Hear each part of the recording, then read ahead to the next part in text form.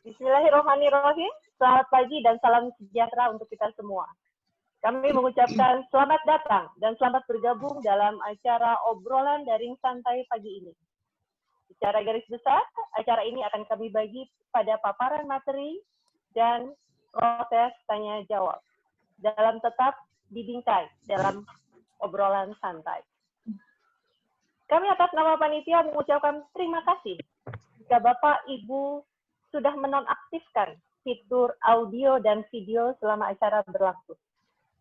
Selama proses acara berlangsung, Bapak dan Ibu kami persilahkan untuk menggunakan fitur chat jika ingin menanyakan sesuatu langsung kepada panelis.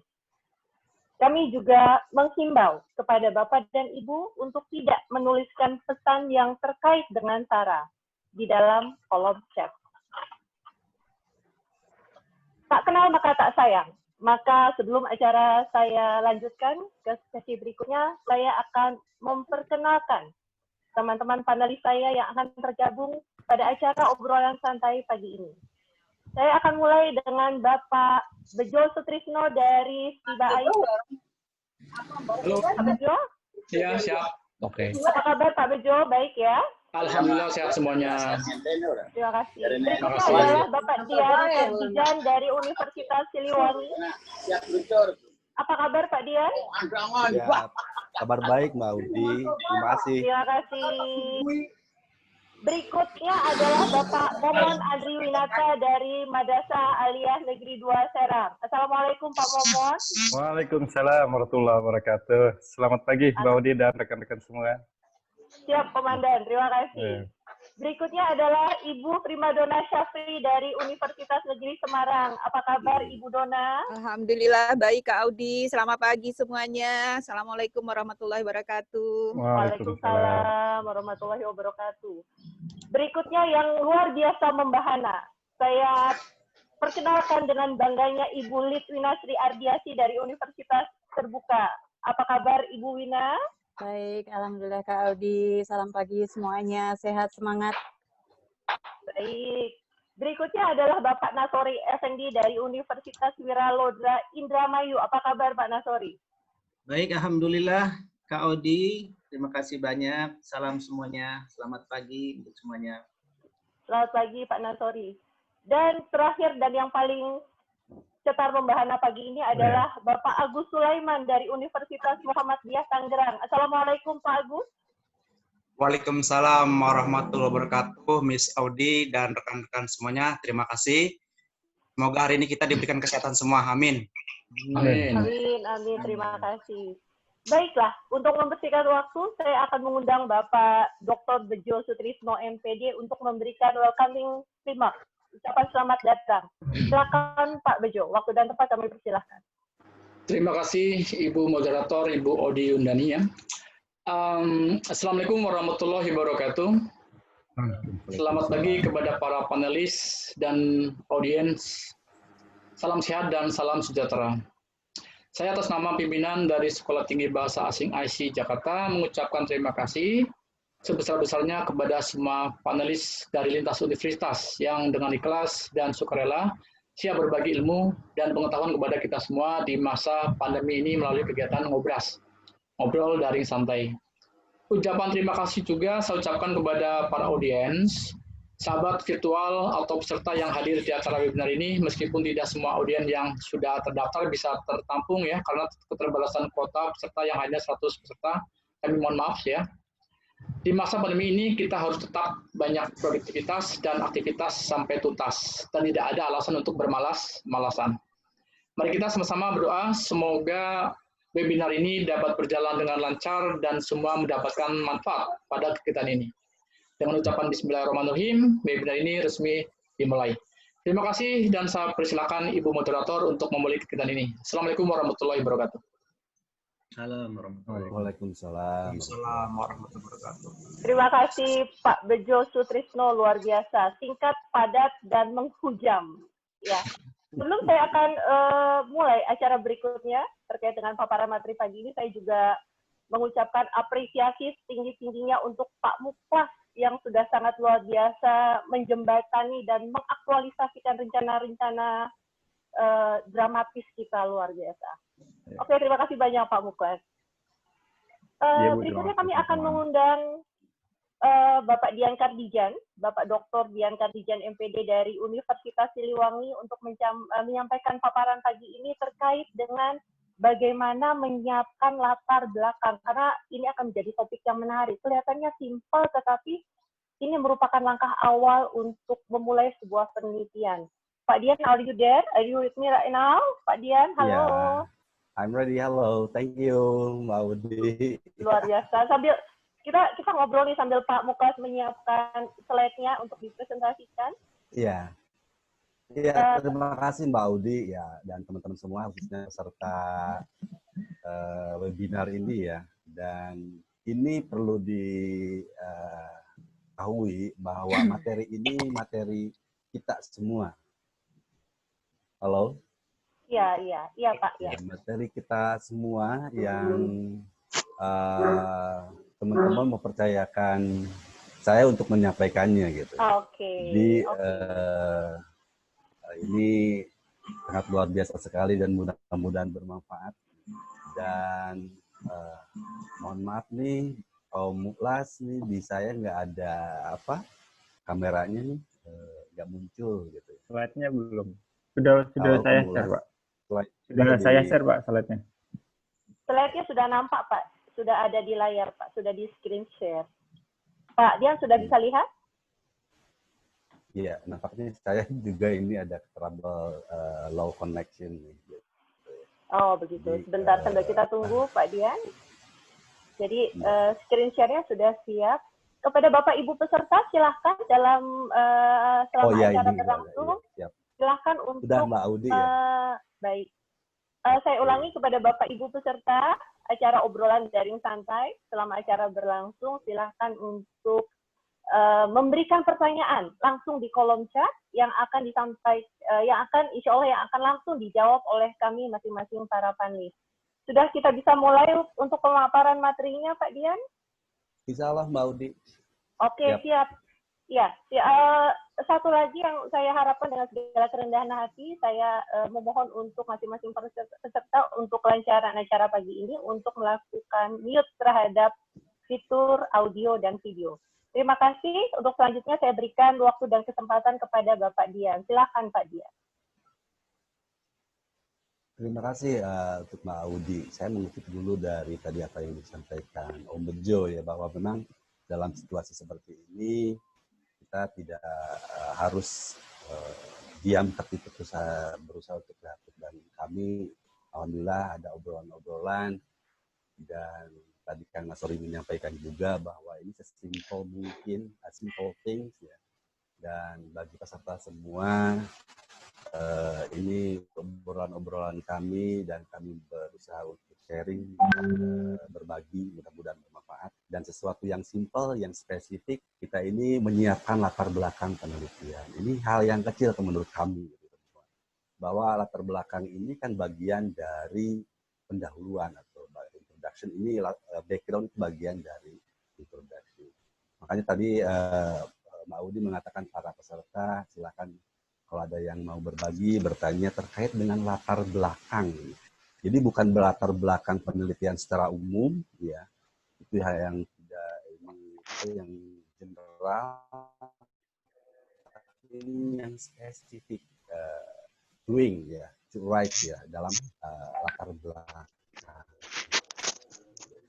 Jadi silakan nanti mungkin kita akan berbagi, berdiskusi terkait dengan latar belakang. Kang Las, bisa slide berikutnya? Iya. Ya, Pak. Ya. Nah, ini terkait dengan teman-teman semua bahwa sarjanaan ini kan suatu proses. Ini yang perlu dipahami dulu, bahwa pada prinsipnya adalah proses ini untuk membentuk satu agility ataupun perbincangan, gitu ya, dan daya tahan, gitu ya, dan fleksibel, itu prosesnya. Dan proses ini dimulai gitu ya dari kita berpikir, kita mencari sesuatu yang bermanfaat, dan itu dimanfaatkan dalam berpikir untuk mencapai tadi endingnya suatu karya akademik yang berkualitas dalam bentuk skripsi tentunya. Gitu ya. Dan di sini prosesnya dari dalam berakhir yang mencari ide atau hal-hal yang belum ada atau belum diletakkan di imajinasi sosial. Nah, dalam proses juga proses sosial yang didorong oleh jadi ini salah satunya kita ini webinar itu merupakan mentorship berbagi dan bagaimana melakukan suatu karya tulis yang baik. Dan akhirnya insya Allah kita akan ataupun kita semua membuat satu karya ilmiah dalam bentuk itu mungkin dalam kesarjanaan sebagai bentuk atau usaha dan proses. Oke, selanjutnya Pak Mukhlas, silakan. Slide selanjutnya. Nah, ini mungkin beberapa teman-teman mahasiswa ada fenomena nih dalam menyelesaikan skripsi gitu ya. Ini yang fenomenanya yang kami dari obrolan-obrolan kami ini nih, semua bahwa teman-teman mahasiswa ini banyak yang sifatnya kebut menyelesaikan skripsi gitu. Dan terjadilah gitu ya. Ini dengan kata mentok karena memang skripsi ini tidak bisa dibuat kebut gitu ya ataupun dianggap hal yang mudah dilakukan, tapi tadi perlu proses gitu ya. Itu kan yang benar. Selanjutnya Kang Mukhlas. Slide berikutnya.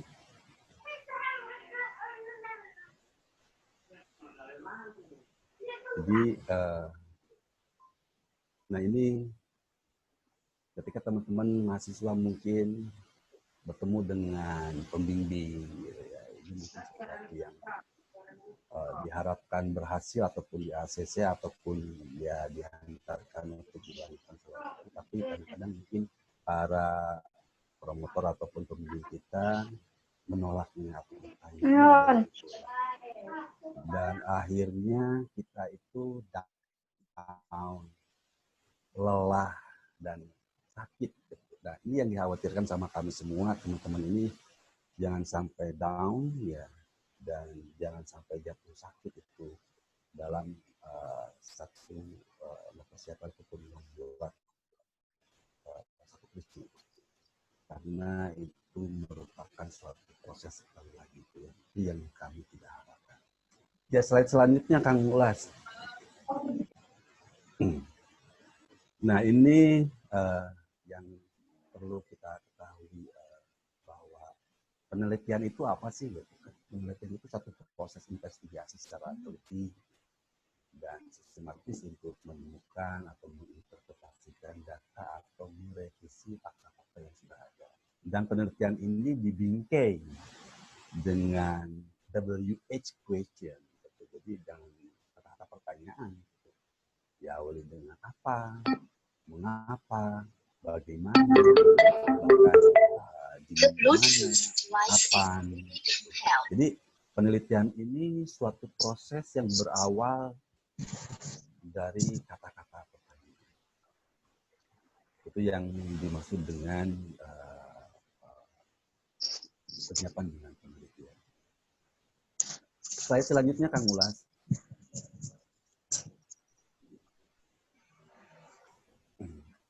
Ya, mohon maaf pada peserta semua, mungkin ada sedikit slow.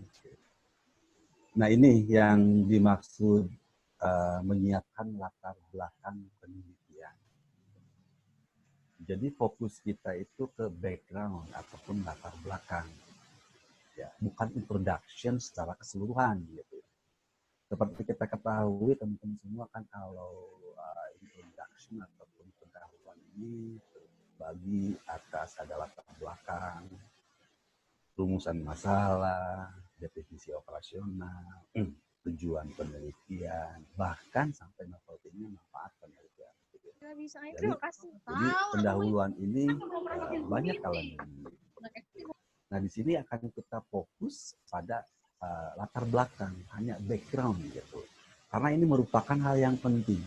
Jadi kami tadi mencoba melihat sesuatu yang benar-benar kecil, spesifik, tapi itu memang hal yang paling penting. Karena ini dimulai dengan latar belakang ini hal yang harus benar-benar dipersiapkan atau dideskripsikan dengan benar sesuai merupakan karya tulis ini.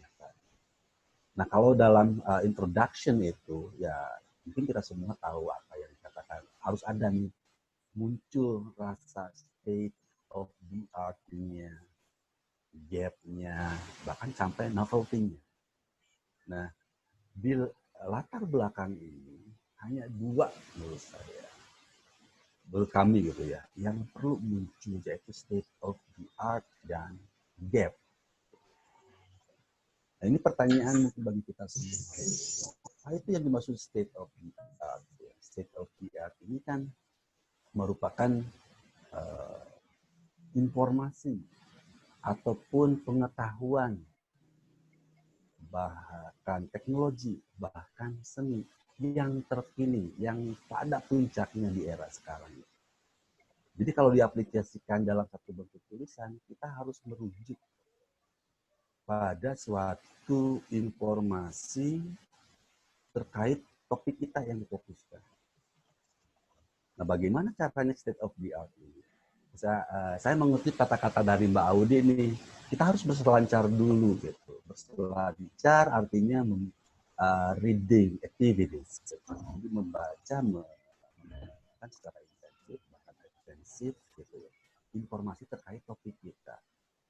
Bisa dikatakan dari hulu sampai hilir terkait topik itu. Kita itu sudah sejauh mana informasinya? Atau pencapaiannya sudah sejauh mana? Pak Dian, mohon maaf Pak Dian. Ya. Pak Dian. Ya, Mbak Audi. Ya. Iya, Pak Dian kurang dekat dengan ini mikrofonnya Pak Dian, jadi suaranya Pak Dian tidak terdengar jelas. Kemudian Bapak Ibu peserta webinar, mohon maaf dengan segala kerendahan hati, mohon untuk langsung mute audio selama acara berlangsung. Terima kasih, Pak Dian. Silakan Pak Dian diteruskan. Mohon maaf. Iya. Makasih atas interupsinya ya, ini sangat mengingatkan tester video. Dan bagi teman-teman semua peserta webinar ya, tadi mohon untuk di-mute dulu supaya kita sama-sama bisa menyimak dan benar-benar kita bisa memahami dan apa yang dimaksud dengan pelaksanaan webinar kami ini gitu. Jadi fokusnya kepada latar belakang yaitu background ya. Jadi ini tadi sekali lagi state of the art ini suatu puncak gitu, puncak pencapaian suatu topik gitu ya, berdasarkan dari hasil-hasil penelitian. Nah, saya istilah saya ini memang puncak terkait topik kita, informasinya seperti apa. Makanya disarankan referensi kita itu berbentuk data primer, bukan sekunder. Sekunder itu kan dari buku, primer itu dari jurnal-jurnal penelitian. Makanya disarankan banyak 5 tahun terakhir, itu dekadenya, karena memang harus terkini gitu. Nah itu memang diinformasikan, ini state of the art ini sangat penting, dan bagaimana kita menuangkannya, ya tadi kuncinya seperti apa? Ya proses kita berselancar mencari informasi terkait topik yang akan kita sampaikan. Begitu juga dengan gap gitu. Gap ini kan atas dasar pertanyaan kita, apa yang belum, apa yang kurang dari informasi atau pengetahuan yang telah ada, apa yang kita bisa isi dari ruang tersebut untuk pencapaian ataupun untuk melakukan penelitian. Dan yang ketiganya juga ada dikatakan terkait ini untuk background ini harus munculnya isunya, field-nya, fokusnya sampai ke gap. Tadi terkait novelty, tadi the use of research, ya. Misalkan ada theoretical use, gitu, empirical use, gitu, bahkan sampai kepada empiris use. Oke, Kang Las, slide berikutnya. Nah, jadi sekali lagi latar belakang ini merupakan titik tolak atau dasar untuk memberikan pemahaman terkait isu kita atau topik kita apa.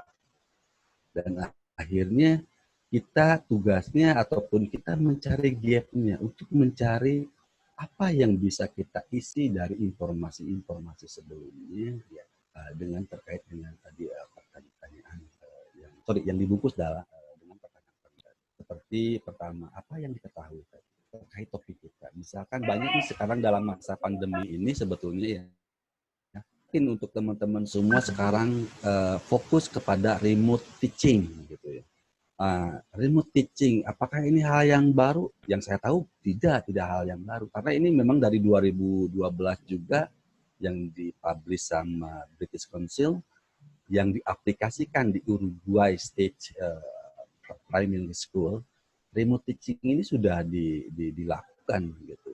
Karena memang ada di Uruguay ini tidak ada guru bahasa Inggris, jadi melalui video conference gitu ya. Pengajarannya melalui video conference itu sudah dilakukan. Dan terkait remote teaching ini seorang Benages namanya 2013 sudah melakukan terkait dengan remote teaching. Jadi kalau sekarang kita mau fenomena yang sekarang pandemi ini yang bisa dikatakan new normal ini memang kita banyak sekali yang bisa digali. Artinya kembali recycle bisa gitu. Tapi dengan topik-topik yang lama tapi dalam situasi pandemi sekarang. Gitu. Misalkan ya memang yang tren sekarang melalui virtual learning gitu. Ketika apa sih remote teaching atau virtual learning ini kita harus tahu terkait dengan distance learning, hybrid learning, blended learning. Kita harus selancar dulu ke situ sebelum kita stating ataupun focusing terhadap remote teaching. Ini jadi bukan hal yang baru yang saya taruh mengenai remote teaching ini, dan itu sudah dilakukan mulai atau dilakukan mulai tahun 2012. Nah, sekarang muncul lagi ada emergensi gitu ya, remote teaching itu hal yang baru juga. Jadi apa yang kita diketahui dulu itu harus berselancar. Dilanjutkan dengan apa yang tidak atau belum diketahui. Nah, ini sebagai kesempatan untuk kita, sebagai gap-nya, gitu ya. Sebagai gap-nya untuk fokus ataupun penelitian. Nah, ini yang kadang-kadang ditanyakan, gap-nya apa sih? Ya? Jadi gap ini kan antara tadi state of the art mengenai suatu topik yang kita fokuskan, yang kita bidik sampai puncaknya, sampai terkininya terkait isu tadi atau topik tadi, dan apa yang kita bisa isi ataupun bisa kita teliti gitu. Gap ini kan bisa di stating dengan kata however, namun, ataupun really, jarang gitu kan. Itu kan menunjukkan kata gap gitu dari state of the art. Dan akhirnya dilanjut dengan bagaimana dan mengapa kita harus mengisi kesenjangan. Jadi ini rangkaian latar belakang ini dibungkus atau dibingkai dengan WH question, apa, bagaimana, dan apa. Lanjut Kang Muklas untuk slide-nya. Ya. Jadi sekali lagi bahwa di latar belakang ini state of the art and gap gitu ya yang paling penting, dan bagaimana memunculkan state of the art, bagaimana memunculkan gap ya tadi bingkainya kita bertanyalah dalam diri sendiri gitu ya dengan WH question dari what, how, and why. Dan jangan lupa dari state of the art ini, isu ini harus disupport dengan previous research ya. Jadi penelitian sebelumnya. Dan akhirnya kita akan menemukan gap ini yang menjadi titik awal gap ataupun kita ya punya nilai jualnya. Karena ini yang akan kita isi, yang akan kita teliti dari berbagai aspek ataupun sudut pandang yang berbeda. Gitu ya. Jadi gap ini bisa dari sudut pandang yang berbeda, dari metodologi bisa. Metodologi ini kan hanya alat gitu ya, hanya olahan, alat untuk mengolah dan untuk melihat dari sudut pandang apa yang berbeda gitu. Untuk selanjutnya, Kang Buas, saya kira itu materi terkait dengan menyiapkan latar belakang dalam penelitian teman-teman peserta webinar. Jadi inilah obrolan kami gitu. Hal yang kecil, simple, tapi ini sangat penting, yaitu latar belakang, bukan pendahuluan, tapi latar belakang. Begitu, silakan teman-teman peserta webinar untuk di chat box ya, bertanya ataupun ya kita bisa berdiskusi. Dan sekali lagi ada settingnya skripsi yang baik itu skripsi yang selesai. Jadi itu yang bisa saya sampaikan peserta webinar. Ini mewakili teman-teman semua nih yang sangat luar biasa nih sahabat-sahabat saya. Dan untuk Mbak Audi sebagai moderator, terima kasih atas kesempatannya. Dan mohon maaf apabila ada kekurangan atau terlewatkan. Mungkin dari teman-teman panelis tadi akan bisa menambahkan ya untuk para peserta webinar ini. Terima kasih. Untuk itu saya diserahkan kembali kepada moderator Mbak Audi. Luar biasa, terima kasih Pak Dian. Saya agak deg-degan ini nih. Saya sambil mendengarkan paparan Pak Dian sambil review apa yang sudah saya lakukan nih, terkait dengan menyiapkan latar belakang. Tetapi yang saya tangkap adalah ternyata latar belakang itu merupakan bagian dari pendahuluan, gitu ya. Dan kita harus melihat apa yang sudah ada, kemudian apa yang belum ada, dan bagaimana kita akan mengisi gap antara yang sudah ada dan belum ada. Mungkin kalau secara teori, secara apa yang disampaikan mungkin belum ada bayangan. Tetapi yang saya yakini mungkin ya yang harus dilakukan adalah baca, dan baca. Kurang lebih seperti itu ya Pak Dian ya? Iya, betul. Baca dan baca. Kan istilah Mbak Audi berselancar gitu ya, mencari informasi. Iya. Terima kasih. Betul sekali Mbak Audi. Oke, terima kasih Pak Dian. Saya akan mempersilahkan Pak Dian untuk beristirahat dulu, ya, memulihkan suara supaya siap dengan saksofonnya kembali. Tapi tetap di sini Pak Dian. Terima kasih. Dan kita akan mulai untuk melakukan pendalaman terhadap materi yang disampaikan terkait dengan bagaimana menyiapkan latar belakang. Kebetulan saya nggak sendiri di sini, saya ditemani oleh 7 orang panelis dari berbagai universitas, rekan-rekan saya yang saya percaya akan senang hati, akan membantu untuk menjawab kegalauan kita semua. Untuk pertama, saya akan mengundang Bapak Nasori, Pak Nasori. Oh, Pak Nasori, are you there, Pak Nasori? Ya, Ibu Odi, ini ada Zoom saya nih sedang not responding ya, saya tidak tahu kenapa. Terdengar suara saya? Terdengar, Pak Nasori, terdengar. Terdengar. Jadi penampakan mukanya nggak kelihatan kayaknya ya Pak. Ya ini jadi Zoom meeting saya ini apakah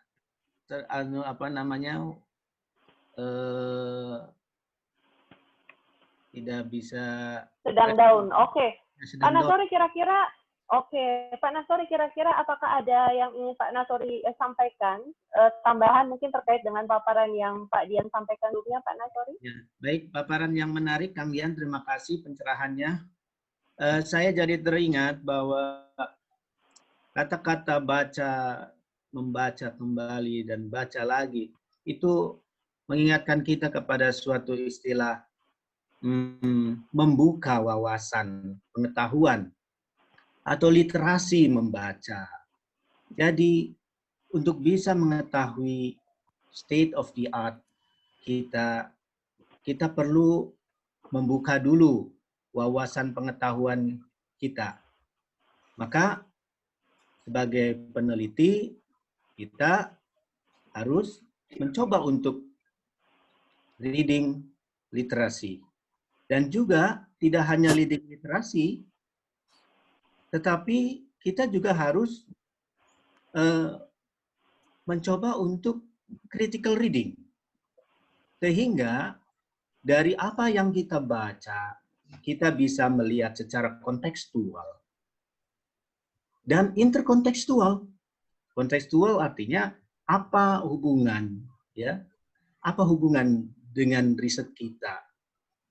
Hubungan yang bisa untuk kita coba gali lebih dalam apa yang tidak diketahui dalam riset-riset sebelumnya. Sehingga kita bisa menemukan dan mengisi suatu kesenjangan yang ada.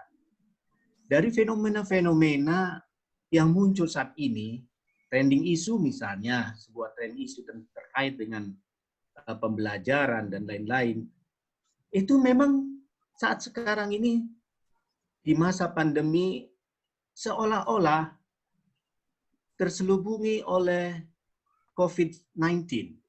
Tapi padahal kita ya bisa melihat banyak hal yang bisa kita lakukan. Ya, dari reading literasi banyak sekali penelitian-penelitian yang dilakukan ya di masa pandemi ini. Nah, untuk mengupdate ya background knowledge kita, kita harus tentunya membaca jurnal-jurnal yang bereputasi tinggi, seperti misalnya di Science Direct. Ya, kita mengenal sciencedirect.com. Itu menjadi bacaan yang bernutrisi. Sehingga apa yang kita bisa temukan dari penelitian-penelitian sebelumnya itu menjadi aset bagi kita untuk menyusun suatu pemikiran besar, ya, suatu pemikiran besar di dunia ini yang untuk kita sumbangkan, ya, kepada dunia. Pemikiran besar sebagai karya besar seorang peneliti yang nanti itu bisa menjadi semangat bagi kita sebagai seorang peneliti untuk mengkaji lebih dalam, ya, apa-apa yang belum diketahui dari penelitian-penelitian sebelumnya. Jadi dengan demikian saya setuju dengan apa yang disampaikan tadi, bahwa membaca dan membaca itu satu hal yang sangat krusial. Dan tentunya kita tidak hanya membaca saja. Membaca yang dimaksud adalah membaca dengan mendalam, ya, mencari tahu apa kelemahan-kelemahannya, apa kelebihan-kelebihan dari penelitian yang sebelumnya, sehingga kita bisa menentukan dan mengisi kesenjangan yang ada. Sehingga dengan demikian kita bisa mencerahkan diri kita dengan berbagai pengetahuan di dunia ini. Nah, para peneliti-peneliti dunia sudah memberikan pemikiran-pemikiran besar terhadap perkembangan ilmu pengetahuan. Mengapa kita sebagai peneliti tidak mencoba untuk mengkonseptualisasikan suatu karya besar dari kita sebagai seorang peneliti untuk kita sumbangkan kepada dunia. Misalnya di bidang kita, di bidang pendidikan. Seperti itu saya kira untuk sementara Ibu Audi. Terima kasih. Terima kasih Pak Nasori, luar biasa. Jadi memang kuncinya baca ya Pak Nasori, dan ini memang challenging banget. Mudah diucapkan tetapi sulit. Dan mungkin kalau dari pengalaman saya, membaca saja tidak cukup, tetapi kita harus menggunakan tools begitu. Mungkin seperti membuat tabel, ya, sehingga kita bisa membandingkan antara beberapa artikel yang kita baca. Oke, berikutnya saya ada pertanyaan yang menarik ini. Saya mau ngajak ngobrol Bu Litwina. Ya, Bu Litwina, apa kabar? Luar biasa. Siap, Miss Audi. Alhamdulillah. Jadi gini Bu Wina. Ada salah satu pertanyaan dari teman-teman terkait dengan replikasi penelitian. Jadi mungkin kalau untuk teman-teman yang baru meneliti, mungkin dikenal istilah amati, tiru, dan modifikasi, begitu ya, Bu, ya. Dan itu memang sebetulnya bukan sesuatu hal yang salah ketika memang sesuai dengan prosedur. Nah, bagaimana saran dari Bu Wina? Kebetulan ada salah satu teman yang ingin membuat model pengembangan materi ajar dengan melalui sebuah replikasi penelitian sebelumnya. Yang dihindari adalah bagaimana memastikan bahwa latar belakang yang dibuat itu betul-betul menghujam, menjual, dan merupakan sesuatu yang baru. Dan bagaimana caranya untuk menghindari plagiarisme? Kira-kira bagaimana? Silakan Bu Wina. Baik, terima kasih Kak Audi. Juga untuk penanya, terima kasih juga ya peserta yang tertarik sekali dengan replikasi ini. Ini menjadi salah satu bentuk penelitian yang saat ini menjadi satu tren ya, bagaimana bahwa pengembangan bahan ajar itu menjadi suatu yang menjadi ketertarikan tersendiri bagi seorang pengajar terutama ya. Jadi ini adalah salah satu masalah penelitian yang menjadi hasil dari suatu identifikasi, yaitu karena mungkin rasa ingin tahu ya terhadap suatu bahan ajar tertentu, kemudian ketika melihat prakteknya seperti apa pada pelaksanaan atau pada penerapan bahan ajar tersebut, kemudian keingintahuan bagaimana saya ingin mengembangkan bahan ajar tersebut ya dengan replikasi penelitian yang ada. Saya kira kalau kita melihat metode-metode pada pengembangan penelitian bahan ajar itu akan banyak sekali yang ditawarkan di luar sana ya. Nah, salah satunya mungkin kita akan mengarah pada pengembangan atau metode R&D seperti itu. Nah, salah satu cara kita menghindari plagiarisme itu sendiri adalah kita berangkat dari tentu daya pembeda apa. Jadi kita harus melakukan dulu seperti yang disampaikan oleh Pak Dian tadi, juga teman-teman seperti Pak Nasori tadi, bahwa kita harus berselancar dulu gitu ya, melihat seperti apa sih pengembangan bahan ajar yang sudah dilakukan sebelumnya. Ya, tentu kita akan banyak melihat hasil penelitian pengembangan bahan ajar itu yang ada. Dan saya yakin bahwa tidak akan ada yang sama persis ya. Nah, dari situ kita bisa mengambil sisi lain atau konteks mungkin yang berbeda, kemudian kita melihat koneksi barunya seperti apa yang kita bisa ambil, kita bisa terapkan dengan metode yang kita inginkan. Nah, ini suatu bentuk menghindari plagiarisme itu sendiri, bahwa dari latar belakang yang kita inginkan, dari materinya sendiri, mungkin topiknya sendiri itu sudah berbeda, itu sudah merupakan suatu bentuk menghindari plagiarisme. Kemudian dari metode yang ingin kita lakukan, kemudian dari pertinent literature review yang kita gunakan, atau referensi-referensi yang kita gunakan, itu juga akan menjadi daya pembeda kita di dalam melakukan suatu penelitian tersebut. Dan salah satu mungkin nanti yang kita bahas terlebih lanjut, tapi mungkin tidak pada saat ini, tidak pada ini ya, podcast ini, adalah bagaimana kita memparafrase itu yang menjadi topik utama atau cara menghindari kita plagiarisme. Jadi kita tidak langsung plek begitu saja mengambil metode, latar belakang atau materi apapun itu, tetapi kita bagaimana mengolah replikasi itu mungkin dengan tentu saja subjek penelitian yang berbeda, itu sudah bentuk pembeda. Jadi itu sudah untuk menghindari kita bagaimana supaya kita punya ciri khas sendiri untuk kita sendiri. Apa nanti yang akan menjadi nilai lebih dari penelitian kita sendiri terhadap pengembangan bahan ajar kita, dan hasilnya pun itu akan semakin kaya dengan kita melihat berselancar lagi, melihat jurnal-jurnal tadi yang sudah ditawarkan oleh Pak Nasori tadi, ya, Om Nasori tadi, bahwa kita melihat di dunia luar seperti apa pengembangan bahan ajar, terutama di dalam bidang kita itu. Nah, saya kira itu akan menjadi cara kita yang paling efektif untuk menghindari plagiarisme itu.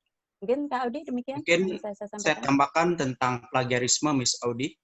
Oke, silakan Pak Agus Sulaiman. Terima kasih kepada para panelis, terutama materi yang disampaikan oleh Pak Dian Karjan sangat luar biasa sekali. Tambahan dari Pak Nasori juga sangat luar biasa, dan tambahan dari Miss Lidwina Ardiasih.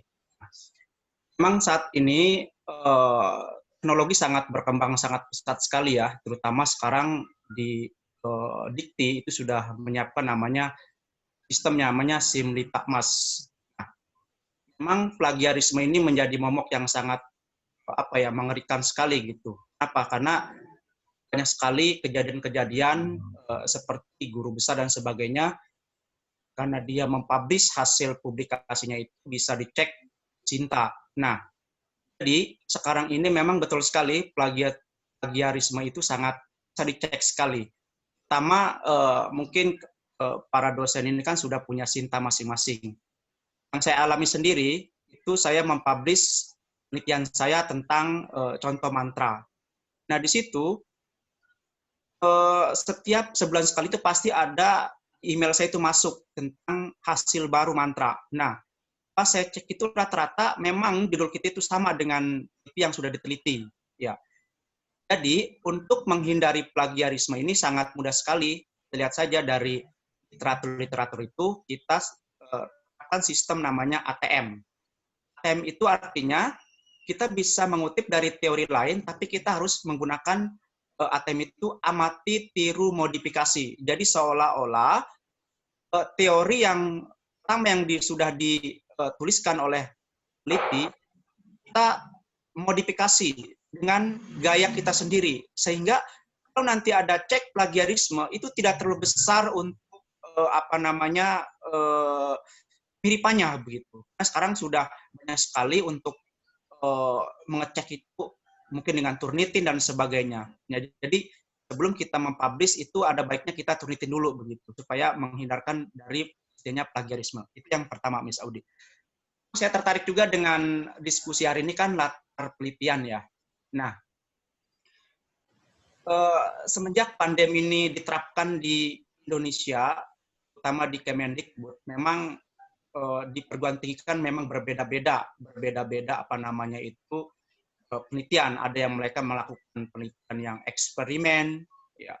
Nah, rata-rata penelitian yang eksperimen yang melibatkan sekolah ini menjadi momok yang sangat bagi mahasiswa atau peneliti itu bingung. Kenapa?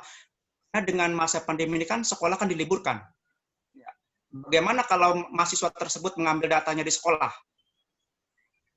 Otomatis kan dia harus berinteraksi.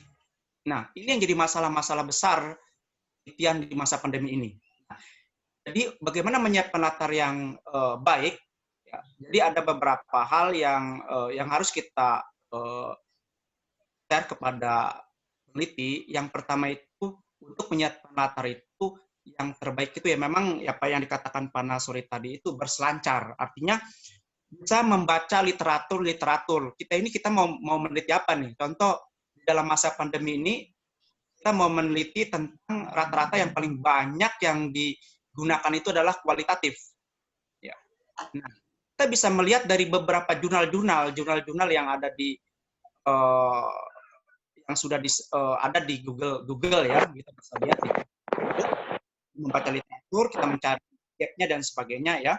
Terus yang kedua, pandemi ini menyiapkan latar itu bisa juga di artikel populer. Nah, artikel populernya sangat bisa sekali. Kalau dulu mungkin adanya di televisi dan sebagainya. Kalau kita dengan smartphone itu kita bisa. Makanya saya sebagai ahli, bukan ahli ya, artinya saya meneliti tentang bahasa.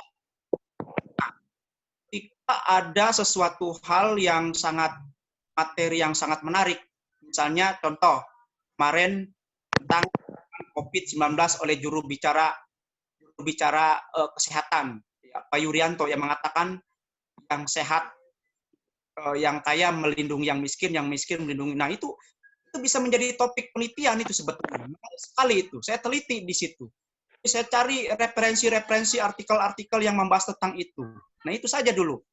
Itu pasti akan lebih menarik begitu. Bahkan saya sampaikan juga ke mahasiswa, kalau Anda meneliti sulit sekali, kalau misalnya harus berhubungan dengan mahasiswa atau turun ke lapangan, ya udah itu saja yang diteliti, itu lebih menarik begitu.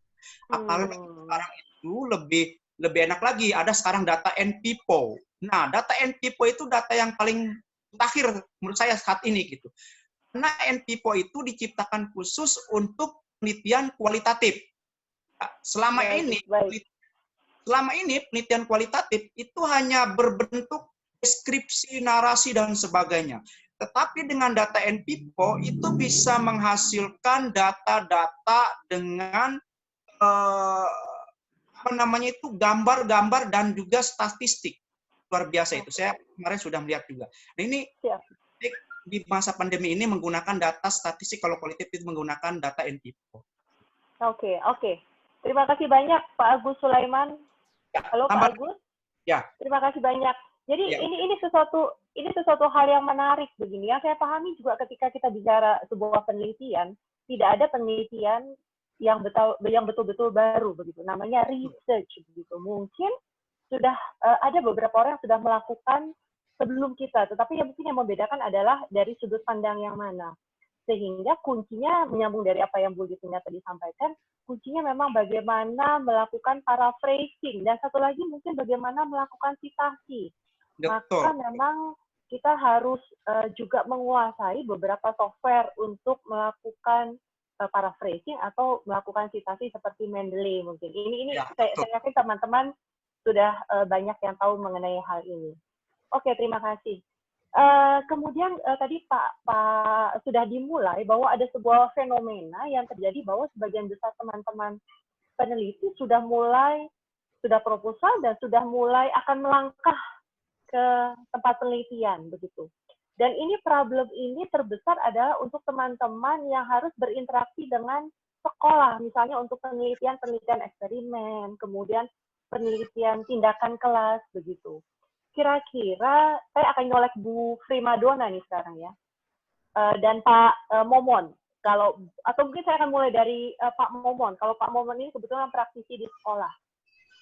Kira-kira sebaiknya kalau dari kacamata Pak Momon sebagai praktisi di sekolah, apa yang harus kami lakukan Pak terkait dengan penelitian hal itu? Jadi problemnya adalah begini.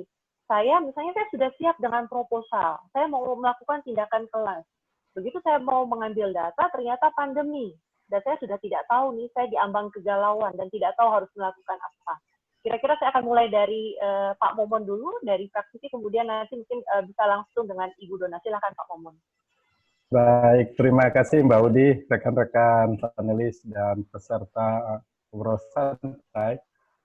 Seperti yang kita ketahui di masa pandemi COVID-19 ini, penelitian eksperimen atau yang langsung ke sekolah itu sebagian peneliti mengalami kegamangan. Seperti apa yang disampaikan oleh Bu Audi tadi. Bagaimana proses pembelajaran. Seperti yang kita ketahui, per 16 Maret kemarin itu, pembelajaran itu dialihkan di rumah. Namun, bagi teman-teman yang sudah memang tadi dia membuat rencana penelitian, bahkan sudah membuat proposal dan akan terjun ke sekolah-sekolah, itu tidak menjadi penelitiannya itu terhambat atau dialihkan atau terhenti, ya. Sebab pembelajaran sendiri bukan berarti berhenti selama masa pandemi ini, tidak, ya.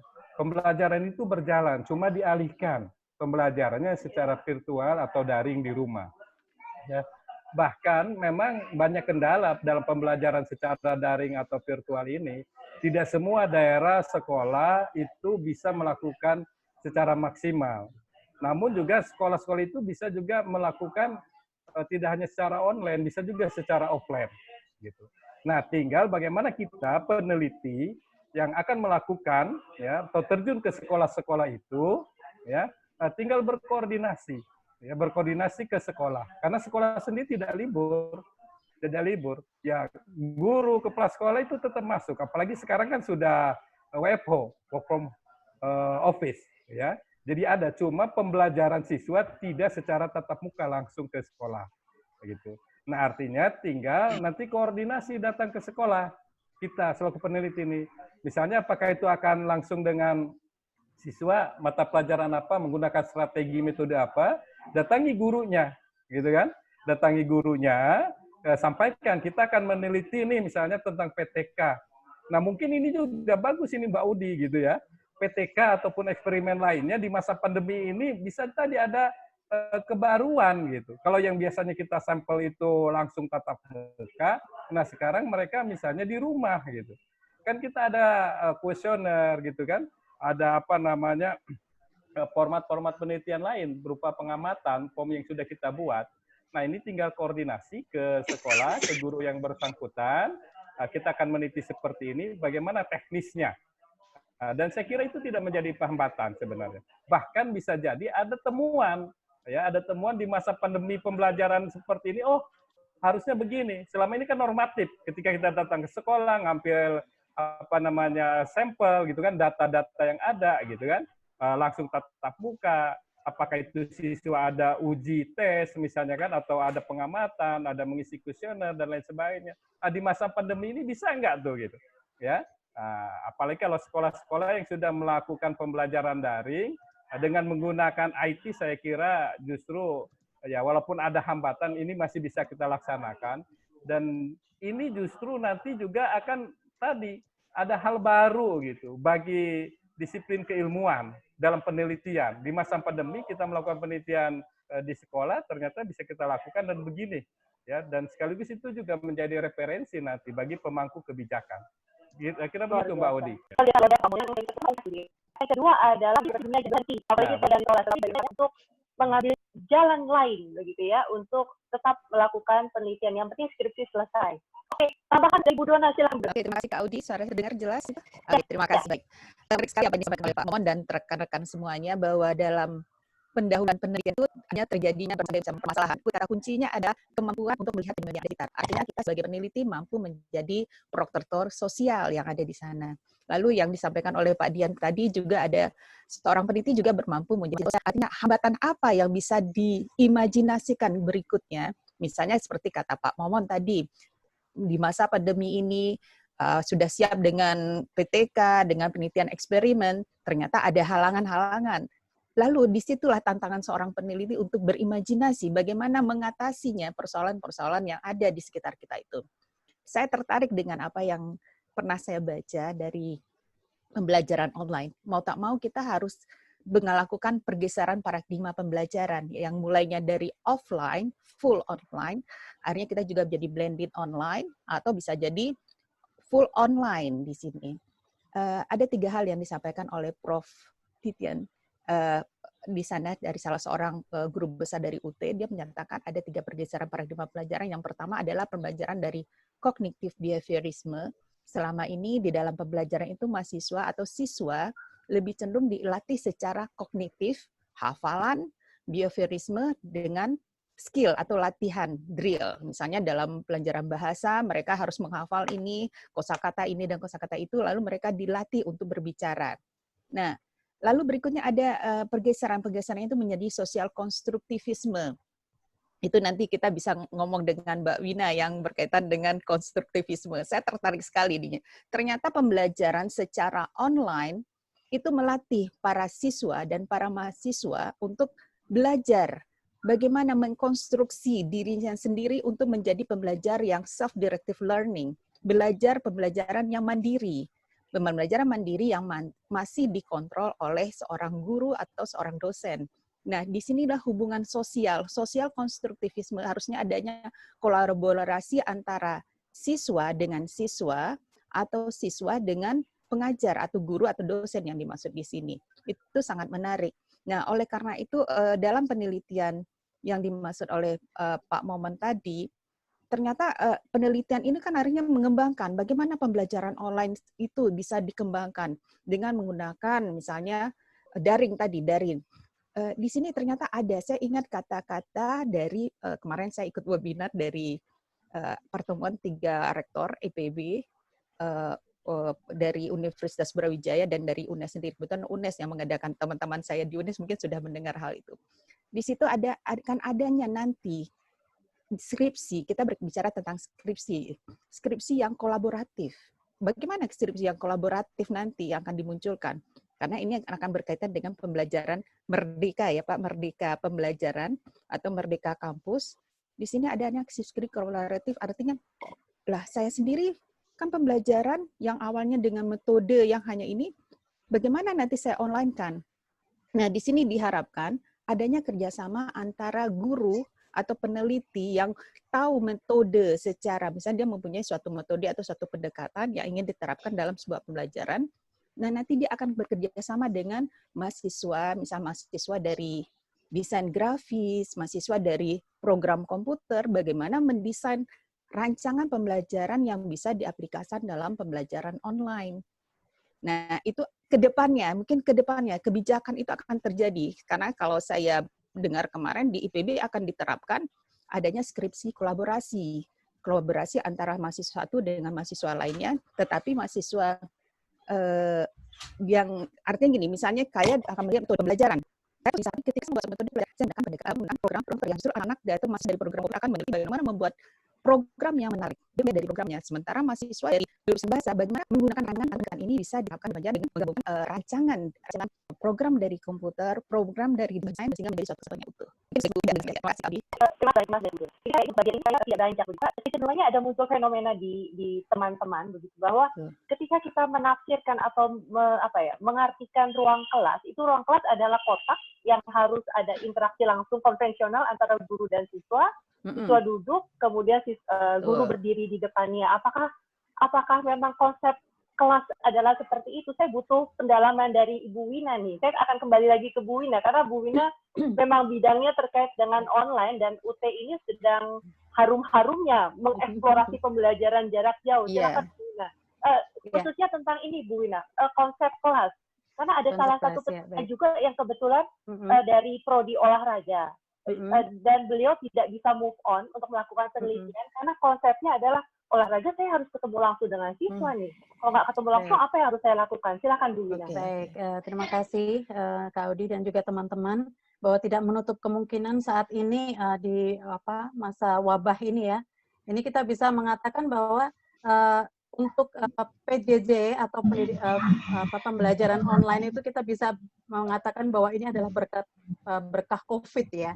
Jadi sebenarnya ada positif yang kita bisa ambil. Yang ini pun disampaikan oleh Mas Menteri ya dengan kemudian kita bangkit dengan kampus Merdeka, dengan Merdeka Belajar dan sebagainya itu tadi yang disampaikan oleh Bu Dona tadi. Kemudian bahwa para pendidik kita itu menjadi lebih kreatif di dalam menanggapi atau di dalam menyikapi permasalahan-permasalahan yang muncul di dalam masa COVID ini, bagaimana kita bisa menawarkan pembelajaran yang memang atau pengalaman belajar kepada siswa kita ini yang lebih bermakna, dalam arti bahwa kita juga memberikan pembelajaran online kepada siswa, tetapi tidak hanya demikian langsung memberikan pembelajaran online, tetapi ada juga mereka melakukan suatu penelitian atau apakah nilai lebih dari platform-platform yang mereka ambil misalnya. Seperti di UT itu kan ada mungkin 70% mahasiswa itu kan guru yang mereka setiap semester itu melakukan tutorial tatap muka. Dengan wabah COVID ini sangat luar biasa, mereka menjadi kebingungan pada awalnya. Bagaimana supaya proses belajar yang biasa dilakukan 8 minggu berturut-turut itu dapat dilakukan.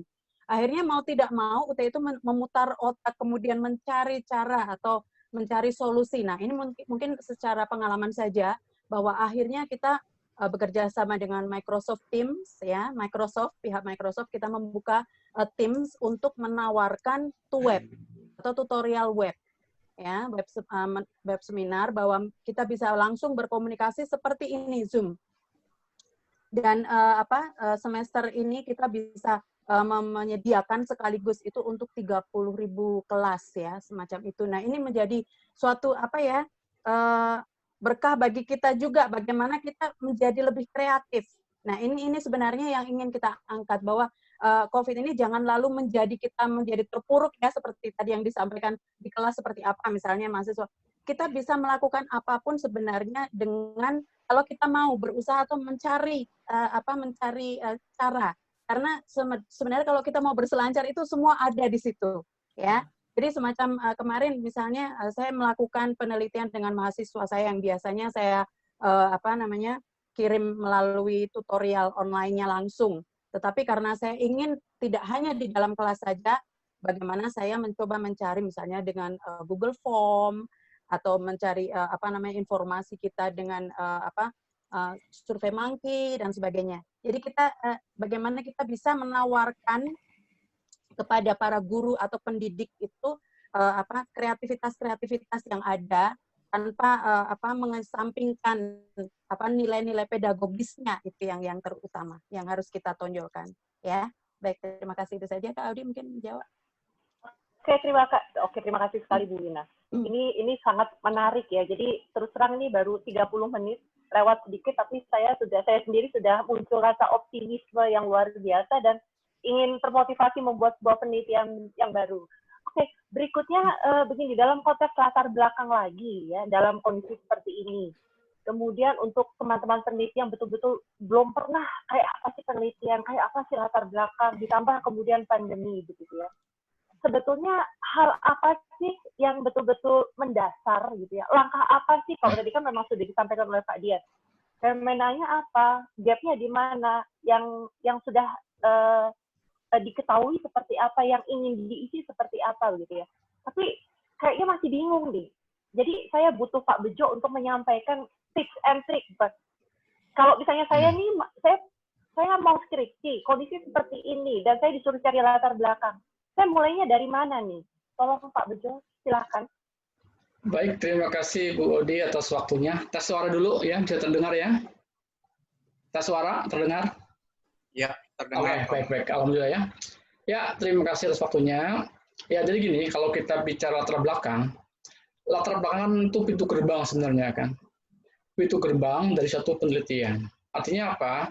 Ketika seorang pembaca ingin melihat ya apa sih isi dari skripsi atau jurnal atau tesis tersebut ya, tidak hanya cukup dari abstraknya saja, tapi mungkin awalnya kan lebih dari latar belakang. Latar belakang dimaksudkan untuk menjelaskan alasan apa masalah dalam penelitian ini, tingkat permasalahan pendekatan yang digunakan untuk menjelaskan sesuatu baik dari sifat maupun istilahnya kan harus paling ini. Aku dijelaskan dengan kondisi ini. Hal ini hal pertama yang disampaikan oleh Pak Rian bahwa masalah adalah bagaimana publikasi mungkin kurang publikasi. Apakah boleh lah, tapi kapasitas itu yang dipublikasikan secara mungkin minimal bereputasi nasional lah. Dan yang ketiga itu yang terpenting. Itu kemana-mana ada di internet. Bisa kita sebenarnya kesulitan mahasiswa mulai mengubah. Bagaimana mau menulis kalau kita membaca? Jadi begini misalnya, pengalaman saya mencoba untuk menjelaskan, saya punya asa ingin teaching misalnya ya, itu interaction teaching ya. Kita cari referensi teaching. Sampai beberapa sumber penelitian saya kaji, saya berulang-ulang, saya baca.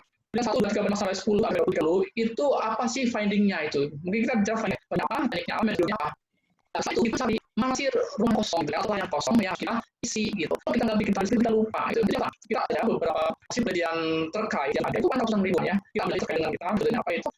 Kemudian kita harus misi itu. Lalu kita, apakah kalau kita lain bisa nggak? Bisa ya, sangat bisa. Action itu bisa aja. Jadi ini peluang kita untuk general artinya ini action adalah menggunakan mobil kelas. Apa mungkin? Sangat mungkin tuh ya. Satu kenapa penelitian itu ada waktu mana? Yang kedua fasilitas. Yang kedua, artinya kalau memang harus guna Zoom, yang beberapa mahasiswa yang kumpul itu kontribusi untuk memberikan supaya Zoom itu namanya teaching collaborative learning. Apalagi through Zoom, through online learning. Itu jelas. Dan online sendiri itu sebagai suatu masalah eksis itu sendiri tidak berbeda dengan kelas, tapi melalui online. Nah, itu untuk aktivitas untuk collaborative kita adanya mungkin atau blog ya. Kita ada gadget kembali selain juga kita online, tapi mungkin masing-masing mahasiswa menggunakan WhatsApp video link. Itu bisa untuk diskusi. Jadi ada diskusi melalui WhatsApp call yang berempat, ada juga melalui Zoom. Nah, ini kan kalau diakses sebagai apa independent. Boleh kita masing-masing grupnya yang menanyakan dengan sosial kita untuk satu kolaborator kita sebagai yang mau kita ada kolaboratornya ada aturan kursus kita untuk masuk ke dalam itu. Ya. Setelah itu satu hal yang mustahil untuk dilakukan dengan kondisi pandemi ini adalah baca kita bergaul tentang apa apa dan kita ada kisi aja gitu. Tapi kita bisa lakukan aplikasi seperti itu ya. Tapi bagi kita masih sudah terima kasih. Luar biasa Pak. Ini kan jadi profesi apa apa? Dan tadi semua yang ngambil medali ini apa? Saya baru dia tahu sama terkait dengan bisa apakah ada AS, akan ada software, bagian macam yang penelitian kurang lebih. Oke, terima kasih. Kemudian ada hal yang jadi kamu di latar belakang. Apakah sebaiknya di bagian latar belakang di bab 1 kita sebagai peneliti harus mencantumkan penelitian-penelitian sebelumnya atau relevan research? Apakah memang harus dicantumkan dan kalau misalnya memang harus, kenapa sih? Gitu. Bukankah ketika kita bicara latar belakang ya sudah cukup aja berdasarkan kita aja gitu ya, fenomena yang kita lihat dan kita meyakini oke, kayaknya itu yang akan cocok untuk dijadikan penelitian. Ataukah memang kita harus merujuk pada relevan research yang sudah dilakukan oleh peneliti sebelumnya? Saya butuh pandangan dari Pak Dian ini. Pak Dian, sudah kembali suaranya mungkin? Ya, terima kasih Mbak Udi. Ya, ini sangat luar biasa sekali, ini menarik sekali. Ternyata kita menjadi luas ya, obrolan ini memang menjadi luas, tapi nggak apa-apa. Pertama saya mikir sebelum tadi apa yang disampaikan, kenapa sih pentingnya citasi tadi ya, ataupun referensi tadi. Saya ingin melanjutkan apa yang disampaikan Om Bejo dalam situasi pandemi ini. Sebetulnya memang kita banyak kesempatan ataupun saya menyampaikannya ataupun mengistilahkan ini memang the new gitu. Artinya banyak keterbaruan. Kalau dikaitkan dengan novelty nanti banyak. Terkait tadi ada problem-problem, ya problem-problem itu memang apa yang disampaikan Mbak Udi betul bahwa teaching proses itu apakah dalam satu kotak kelas ya tidak juga gitu ya. Jadi ada beberapa hal yang bisa kita lakukan ketika mau observasi, ketika menggunakan aplikasi ini kan bisa di-record gitu. Dan tadi Mbak Wina juga bisa menggunakan tadi misalkan kuesioner dengan survei monkey-nya, dengan Google Home-nya gitu. Itu banyak yang dilakukan, bisa dilakukan. Nah, ada beberapa, mohon izin dulu ya Mbak Audi, ada beberapa tadi chat yang bertanya dari teman-teman nih peserta webinar, apakah memang what, why, and how itu memang harus muncul? Jawaban dari saya singkatnya, ya itu harus muncul. Karena itu sebagai proses dari kita harus timbulkan some question ya dari what, why, and how gitu. Nah ini harus muncul. Dan berbicara dengan state of the art itu sama what gitu, apa yang telah kita ketahui. Nah state of the art ini kan sama dengan literature review. Artinya kan literature review atau theoretical background ini kan stating about theoretical ya, about subject gitu, tentang topik ini sama gitu. Tapi apa sih ada bedanya ketika constructing, ketika kita menyampaikan di background dengan di literature review itu prosesnya sama gitu. Sama kita berselancar dengan menggunakan ataupun mencari referensi terkait dengan penelitian tadi. Dan makanya tadi dikatakan apakah penting gitu suatu referensi citasi ya memang itu harus supaya tadi apalagi berbicara plagiarisme ini gitu ya, supaya kita tidak persepsi sendiri, kita tidak menyampaikan apa yang kita opini sendiri, tapi itu berdasar karena kita memang harus merujuk tadi state of the art ya, gap, novelty wajib gitu dalam introduction.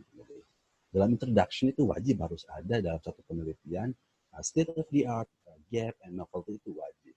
Nah, sekarang berbicara dengan dari bagian dari introduction di sini, background yaitu latar belakang. Ya, itu dengan state of the art dan gap. Gitu. Jadi memang what and why and how ini memang harus muncul, itu pertanyaan dari kita untuk kita mencari. Gitu. Jadi mengenai terkait dengan referensi, itulah kita supaya tidak dikatakan plagiarisme dan kita mengikutinya dengan referensi 5 tahun belakang paling lama, karena memang kita perlu kebaruan tadi ataupun sudah sejauh mana ataupun puncaknya seperti apa satu topik yang kita akan. Dan tadi setelah kesempatan sekarang mengenai pandemi ini banyak hal yang kita bisa lakukan karena memang terkait dengan proses sekarang di masa pandemi ini justru akan meruah gitu ya kesempatan kita untuk menemukan satu gap. Gitu. Nah tadi ada pertanyaan juga, gap itu seperti apa ya, kita yang saya maksud itu what, why, and how itu bertanya kepada diri kita sendiri dan bertanya kepada apa yang telah dilakukan oleh seorang peneliti, apa sih yang sudah ada gitu. Dan gap ini bisa dilihat gitu ya, misalkan satu penelitian ini sudah ada, hasilnya sudah ada ya. Dan yang lainnya misalkan sekarang saja dalam virtual learning kita bisa saja tidak hanya proses dalam pembelajaran yang dilakukan oleh guru ya, apa saja kalau kita ketahui bagaimana melibatkan siswanya atau terkait dengan engagement-nya seperti apa, teacher struggle-nya seperti apa, itu kan bisa itu hal-hal yang sudah ada tapi dengan situasi sekarang itu menjadi new gitu, menjadi novelty yang baru. Dari gap ini kembali ke gap gitu ya, gap bisa dilihat misalkan berbeda dari metodologi penelitian karena olahannya berbeda. ketika dalam referensi ke belakang penelitian itu hasilnya sudah ada, nah kita bertanya, bagaimana ya kalau prosesnya, misalkan ini suatu penelitian dari case study, tapi ini sepertinya datanya kurang, tidak ada nih. Kalau coba dilihat prosesnya seperti apa ya, berarti kita membidiknya metodologinya action research. Ya, jadi dari hal yang sudah ada kita bisa lihat dengan cara ataupun olahan yang berbeda. Saya mengatakan olahan terkait dengan metodologi. Karena metodologi ini suatu olahan gitu ya. Seperti yang dianalogikan seperti Unidona dan Mbak Audi ini, kalau hamburger ataupun singkong ini bisa direbus, bisa dibakar gitu. Itulah suatu metodologi. Ternyata rasanya seperti apa, hasilnya seperti apa. Itu bisa menjadikan gap juga dan akhirnya menghasilkan suatu novelty yang baru. Nah, ada pertanyaan dulu terkait dengan tadi berkaitan dengan promotor yang berbeda. Ini kan memang dari kitanya memang harus siap, karena memang tidak beranjak dari what, why, and how. It's the reason why we want to do atau we want to doing research about this topic. Gitu. Ini sebagai alasan itu, saya kira untuk yang promotor ataupun orang lain pasti akan diawali dengan pertanyaan, kenapa ini? Bagaimana caranya bisa seperti ini? Di mana hal ini terjadi? Kapan ini? Itu pasti dengan berbagai diawali dengan pertanyaan. Jadi itulah mungkin yang beberapa saya sampaikan terkait dengan state of the art ini. Hal dan gap ini hal yang penting dalam background. Dan tadi kata Mbak Audi, rujukan sejauh mana penting, itu sangat penting supaya menghindari tadi. Kita itu memang harus bahasa Sundanya gitu ya, tidak ada yang ujuk-ujuk ada gitu. Tidak ada semata-mata ada, tapi ada referensinya dulu, dan itu harus memang harus dicantumkan citasinya dan jelas itu bisa dipertanggungjawabkan. Saya kira itu Mbak Audi yang bisa saya sampaikan. Saya hanya satu yang saya harus tekankan dan saya perlu konfirmasi dari Pak Dian. Jadi pencantuman relevan research di bagian latar belakang itu mutlak dibutuhkan ya Pak ya? Bagaimana Pak Dian? Ya, tadi seperti saya sampaikan itu mutlak gitu. Dan itu supaya menghindari plagiarisme, dan itu solid, valid gitu. Dan itu memang pencapaian ataupun terkait dengan topik informasi, pengetahuan, teknologi, bahkan seni, itu sudah ada yang dilakukan oleh sebelum-sebelumnya ataupun pencapaian tadi informasi. Karena memang dalam background ini kan menyampaikan informasi terkait topik kita. Jadi ini mutlak. Bahkan yang sekarang itu mutlak citasi ataupun menyatukan referensi ataupun relevan risetnya itu mutlak harus ada, karena relevan riset ini sejalan, bukan berarti sama, tapi sejalan dengan nanti akan sudut pandang yang berbeda. Sudut pandang yang berbeda seperti apa? Olahan, nanti metodologinya, misalkan caranya yang akan kita bidik yang berbeda. Saya kira itu Mbak. Jadi justru relevan research itu akan menguatkan penelitian kita. Apakah memang akan sejalan atau mungkin bertolak belakang. Tetapi itu merupakan hasil pijakan untuk melakukan point of view yang berbeda. Melihat dari sudut pandang yang berbeda. Kurang lebih seperti itu mungkin Pak Dian ya? Betul ya. Relevan ini kan beriringan. Nantinya akan berbeda nantinya. Hanya topiknya beriringan dan kita akan melihat sudut pandang yang berbeda. Siap. Betul. Siap. Oke. Terima kasih Pak Dian. Ada pertanyaan yang muncul masih terkait dengan latar belakang, tetapi dalam ranah penelitian sastra, begitu. Ketika meneliti sastra, apakah itu novel, film, puisi, kira-kira apa ya latar belakang yang harus dilakukan? Bagaimana kami peneliti harus mencantumkan latar belakang? Apakah muncul dari isi novel atau film itu, ataukah kami harus fokus pada pesan-pesan yang ingin disampaikan, dan bagaimana caranya kami meyakini bahwa fenomena yang kami lihat di dunia nyata itu terkait dengan isi pesan dari novel dan film tersebut. Untuk kali ini saya butuh Bu Dona ini untuk memberikan pandangan dan saran. Silakan Bu Dona. Ya, artinya ini juga pemikiran kita bersama ya Kak Audi.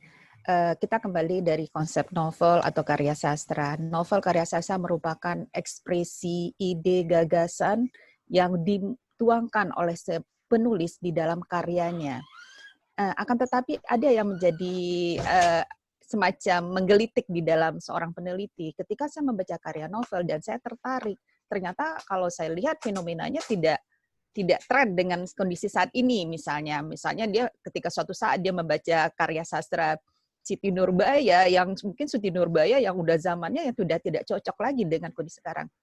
Tetapi sebagai pembaca kritis, critical thinking and critical reading, dia tidak akan melihat seperti itu. Justru ketika dia membaca sebuah karya sastra, apa poin-poin atau nilai-nilai apa yang bisa saya lihat di sana, dilihat dengan kondisi-kondisi saat sekarang. Karena kita ketahui bahwa dalam kehidupan itu akan bisa terjadi semacam reduplikasi dari kondisi yang A menjadi kondisi B. Pada zaman dulu sampai zaman sekarang, sebenarnya permasalahan itu akan sama, cuma dibatasi oleh status, kondisi sosial, fasilitas, modernisasi yang di sini. Sebenarnya kemasannya sama aja. Nah, kejelian dari seorang peneliti karya sastra adalah mencoba menghubungkan apa yang ada di dalam konten sebuah karya sastra dikaitkan dengan fenomena-fenomena sosial di saat ini. Misalnya contoh, kalau kita melihat, saya bicara tentang Siti Nurbaya, karena Siti Nurbaya yang novelnya terlalu udah jauh di abad sana, mungkin tidak cocok bagi anak-anak sekarang, tapi kita jangan lupa, di dalam karya sastra, itu akan ada terlihat, ada benang merah yang kita lihat. Misalnya contoh, adanya perlawanan dari seorang Siti Nurbaya terhadap fenomena pemaksaan, harus kawin paksa, harus ada juga kita lihat adanya fenomena perlawanan antara Datuk Maringgi di sini dengan Samsul Bahri yang ada di dua tokoh yang menurut Siti Nurbaya bahwa tokoh yang baiknya adalah Datuk Maringgi, Samsul Bahri, karena dia seorang laki-laki muda, memberontak di sana.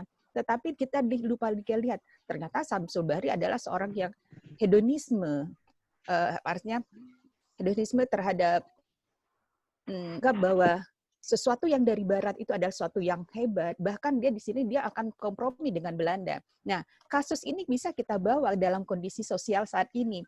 Apakah kita melihat sesuatu yang ada teknologi memang bagus, sesuatu yang berasal dari daerah Eropa sana juga bagus.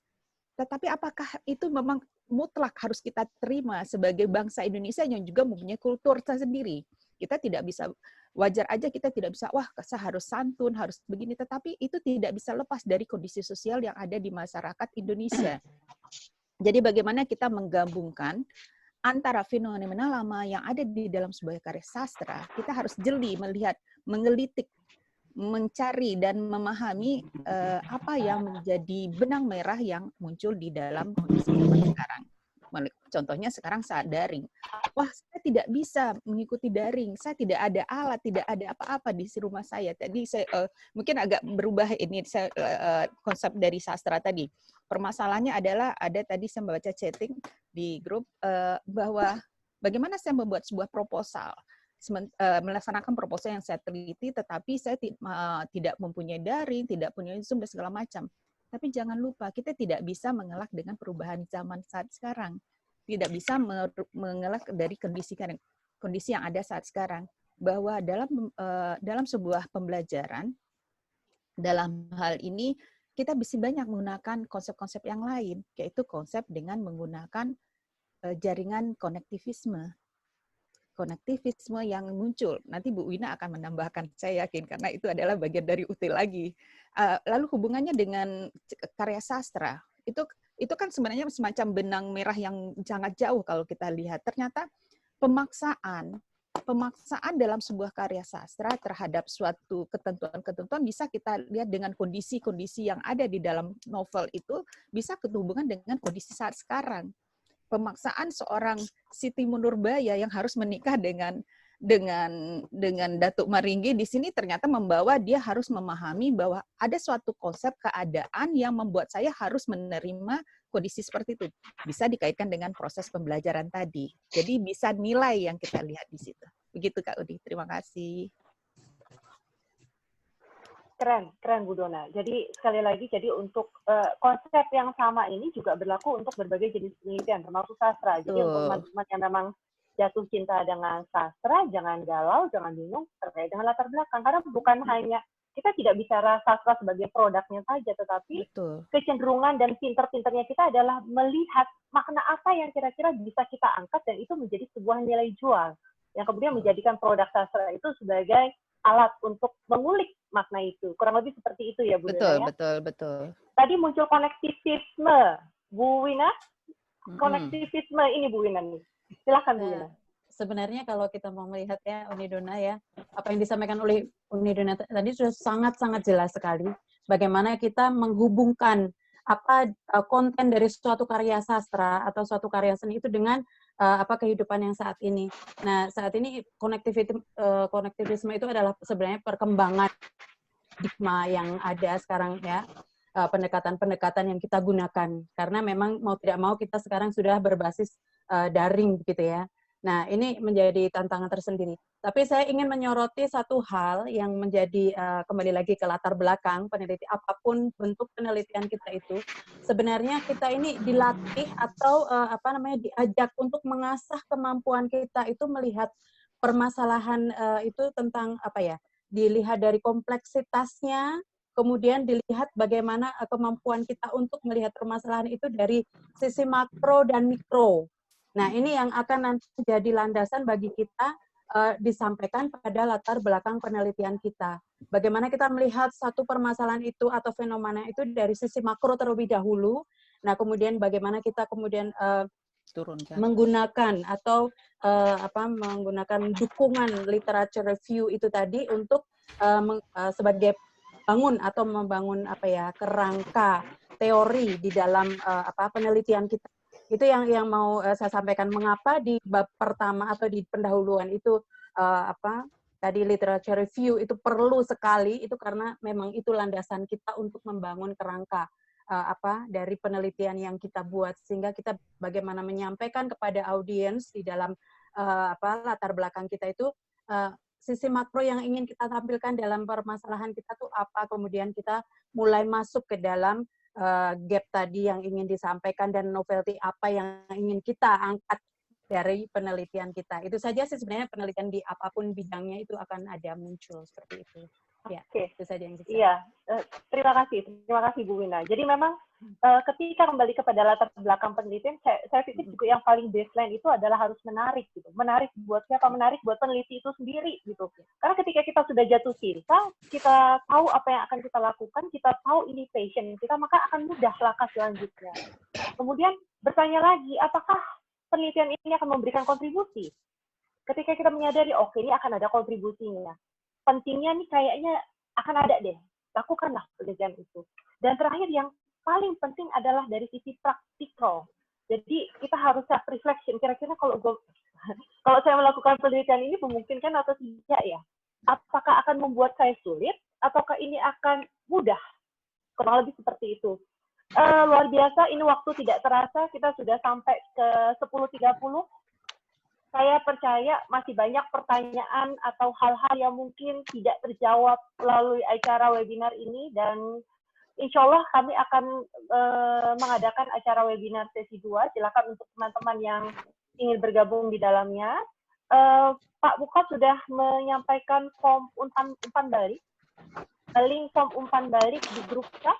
Silakan bagi para peserta untuk mengisi form umpan balik itu, dan berdasarkan isian umpan balik, maka kami akan mengeluarkan sertifikat maksimal, insya Allah akan langsung dikirimkan kepada masing-masing peserta maksimal 7 hari mendatang setelah acara ini. Saya pikir kurang lebihnya hanya seperti itu saja, atau mungkin ada closing remark 1 menit dari Pak Bejo. Pak Bejo, silakan Pak Bejo. Sebelum saya tutup acara ini, dan peserta untuk melihat di chat box terkait dengan link umpan balik. Silakan Pak Bejo, 1 menit.